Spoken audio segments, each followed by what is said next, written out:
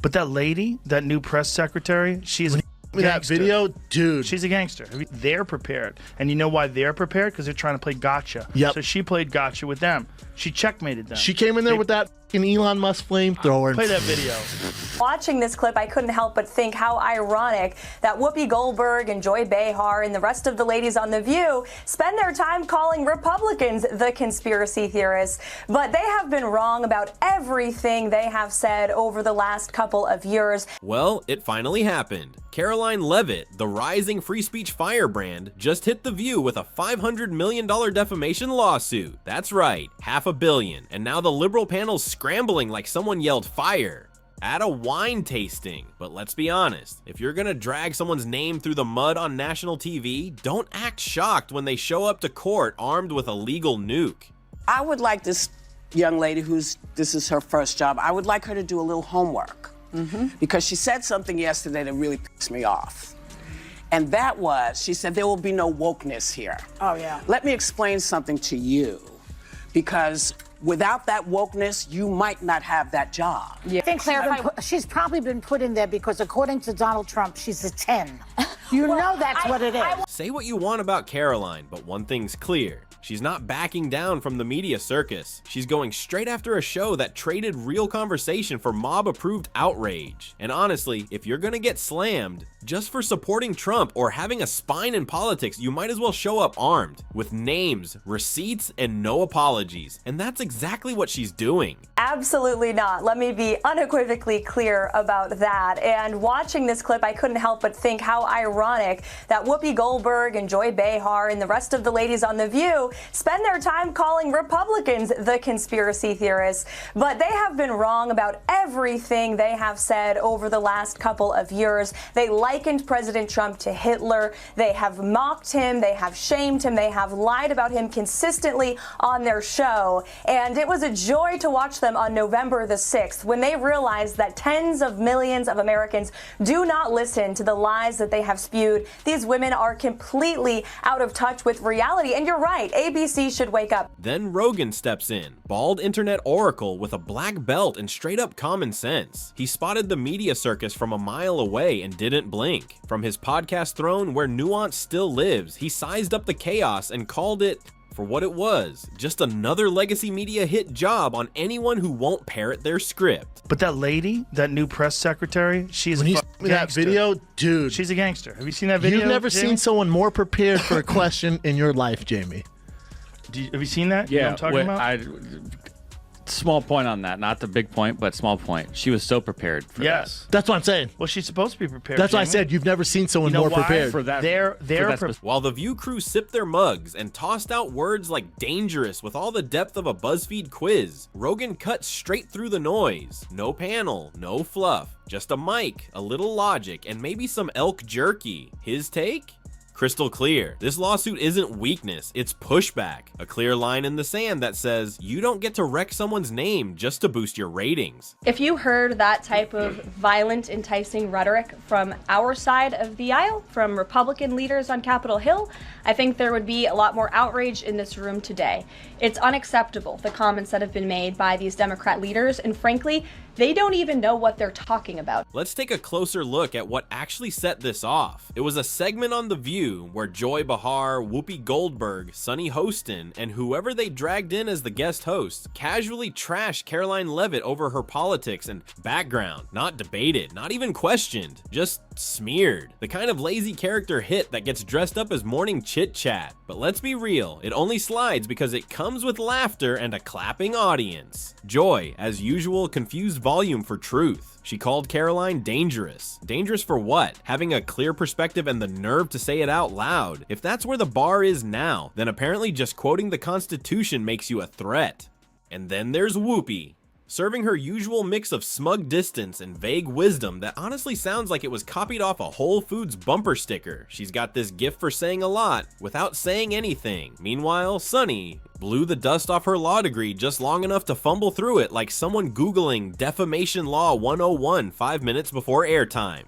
Joy Behar went after Joe Rogan on The View, and he fired back spectacularly. You're worried about losing your job, and Yeah. you're worried about podcasts taking over, and who's the source of news, and we said Donald Trump was Hitler, but half the country disagreed with us, and he won, and this is and Joe Rogan believes in dragons. That's where Karoline drew the line. No whining, no backpedaling. She filed, stood her ground, and Rogan, he saw the play for what it was. Finally, someone pushing back against media elites who confuse having a microphone with having a moral compass. He called The View exactly what it is, a bachelorette party of bad opinions and worse facts. A place where logic gets waterboarded by half-digested Twitter takes. Watching them unpack politics is like handing toddlers crayons and asking them to solve the Middle East. They're prepared. And you know why they're prepared? Because they're trying to play gotcha. Yep. So she played gotcha with them. She checkmated them. She came in there with that fucking Elon Musk flamethrower. Play that video.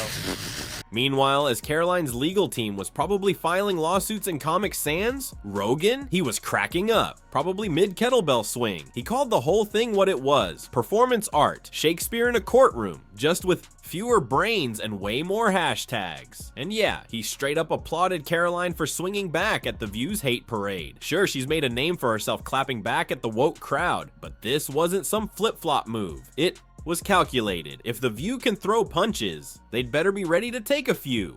If you ask people, even in the legacy media, even the Trump haters, they will tell you the approach has been much different. Not just from me, but the entire White House. Oh, absolutely. They come in my office every day and they'll admit that off the record. Oh. Maybe not on the record, but they will say they appreciate the access and the transparency and the preparation that goes into my briefings, and everybody on our team, by the way, who goes out to the cameras. Rogan didn't hold back. He said it straight up, gave credit where it was due. And then, of course, he went full scorched earth on The View, because come on, it's Rogan. In his words, that shows what you get when daytime TV crashes into a menopause convention and nobody shows up with facts. He torched their whole playbook. Yell loud enough, cry victim, then act like surviving your own echo chamber makes you some kind of hero. They're basically mean girls who aged into talk show hosts and never bothered to grow up. Very strange show, but it's fun to watch. It's just fun to watch them. It's good entertainment. Yeah. Undoubtedly. Well, they're just, it's interesting because I think Sunny is very intelligent, but she's ideologically captured. Right. That's sort of, I think the other ones, there's a couple of the other ones, don't have to name any names, who are just very dull-minded. But I think Sunny's not one of them. I think she's smart, but... From DeSantis to any random guy in a red hat, The View has basically declared open war on anyone not sipping their progressive brunch mimosas. If Joy doesn't agree with you, you're either evil, brainwashed, or getting canceled before the next ad break. Their version of political debate is crying into a scented candle and calling for federal charges. Now Rogan, he's the anti-View. He'll have Bernie Sanders and Alex Jones at the same barbecue and sit there calmly eating elk jerky, while the rest of the world loses it. Camo, conspiracy theories, space apes. Sure, but somehow he's still the adult in the room. So when Karoline dropped that lawsuit, he didn't flinch, he laughed, then clapped. Because deep down, he knew what we all knew. Somebody needed to check them. Let's not kid ourselves. The View isn't PBS. This isn't journalism. It's Judge Judy with hot flashes. A political improv show with no script and even less sense. And the second someone with a different opinion walks in, they act like it's an exorcism. Karoline showed up knowing exactly what it would be. A setup, the fake smiles, the snide questions. So she flipped it, turned their ambush into a courtroom plot twist. That lawsuit, it wasn't emotional, it was calculated. And yeah, it might just be the most profitable thing she's ever done. People want us divided, and they aren't just here in this country. They're foreign adversaries who are infiltrating our social media because it is prudent for us to stay that way. So when you see something that really pisses you off, you should triple check that one. Yeah. But I think that's why people like our show, because they know that we are checked by ABC News. But we're checked by everybody. Yeah. I mean, if we're wrong, we have, the legal note here. The human legal note? But we went from Walter Cronkite basically to this guy, Joe Rogan, who believes in dragons. I checked it. He believes in dragons? He believes in dragons. Did you triple source that? Yes, I did. Joe Rogan got it. This lawsuit, it wasn't about setting legal precedent, it was about presence, owning the moment, controlling the headlines like it's a title fight, and Karoline Leavitt just stepped in with subpoenas for gloves. And Rogan?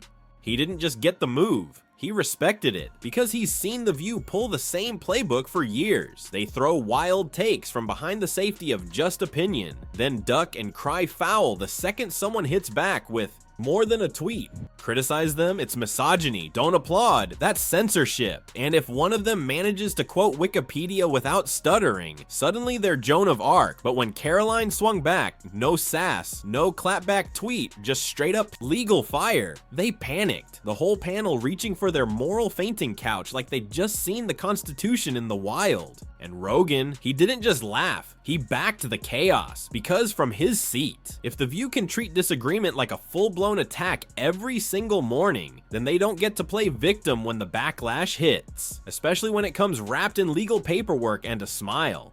It is the show that people love to hate. Yes, that's true.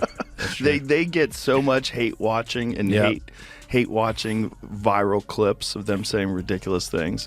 I mean, it is a rabies-infested hen house. This show still can't figure out what it wants to be. Morning TV or a group therapy circle for influencers who peaked on Vine. Half the time, it plays like a self-help retreat gone sideways. All passive-aggressive empowerment mixed with random bursts of rage. And Joe's just there, sipping mushroom tea, watching the meltdown like it's the Super Bowl of self-sabotage. Look, Karoline might not win the lawsuit, but let's be real. She's already winning the narrative. Rogan sees it. She's positioning herself as the one who stared down the meltdown machine and walked out with her story intact. Meanwhile, The View is out here flailing, sounding less like political commentary and more like high school drama kids auditioning for CNN. Joe's not mad the lawsuit happened. He's mad it didn't happen sooner, because every time these hosts play the victim card just for being challenged, they make themselves look even more absurd. And Rogan, who's basically built an empire by turning absurdity into content, is right there, front row, with a Spotify deal and a smirk. This isn't politics anymore, it's a content war. And Joe, he's the only one in the room who knows he's winning. My side. Yes. And that's their audience. Yes. Well, their audience is not really their audience. Their audience is a group of people they bring in to watch television shows. You know, I don't know if you've ever seen audiences before for TV shows, but a lot of them are paid. They're paid to be there. So, because they have to guarantee that there's going to be people there. So there's services that you hire. And when a show gets really, really popular, you know, like Letterman or something like that, obviously it has its own fan base. Right. Those people will try to get tickets before anybody else does. And in that case, they probably don't need to use a service anymore. They just get actual fans. But arguably, like, the fans, the real fans of The View that are like, oh, these ladies are on point. Most of those people can't leave the house. Like, they're probably immobile. Right.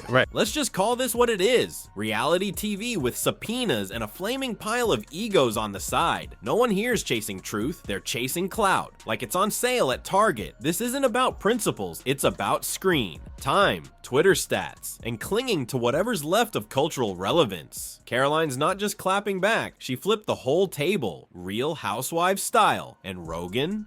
He's right there, handing her the lighter, the gasoline, and a protein shake. Because in today's America, who needs civil discourse when you can just file lawsuits in Comic Sans? Why settle a debate when you can brand yourself as the wounded phoenix of free speech, rising from a pile of sarcasm and hot takes? Karoline walks away with the clicks, the email blasts, the Fox News segment. The View gets the backlash, the rage-farming comments, and Joy Behar's 19th meltdown of the week. And Rogan, he cashes in. More listeners, more eyeballs, and another excuse to go on a 3-hour tangent about how the world's gone off the rails, while somehow circling it back to elk meat, DMT, and the collapse of Rome. Whoopi Goldberg's, like, did you see what she did to that Staten Island bakery? Yeah. No. Crazy. What? So She ate Staten everything. Island Bakery, their boiler went down, and she placed an order of cupcakes for her birthday, and they couldn't do Hold the order. on. I can't imagine yet how this would go bad. Okay, go ahead. So she places this order. They say, we can't promise you that we can do this because our boiler is down, so we can't fulfill this order.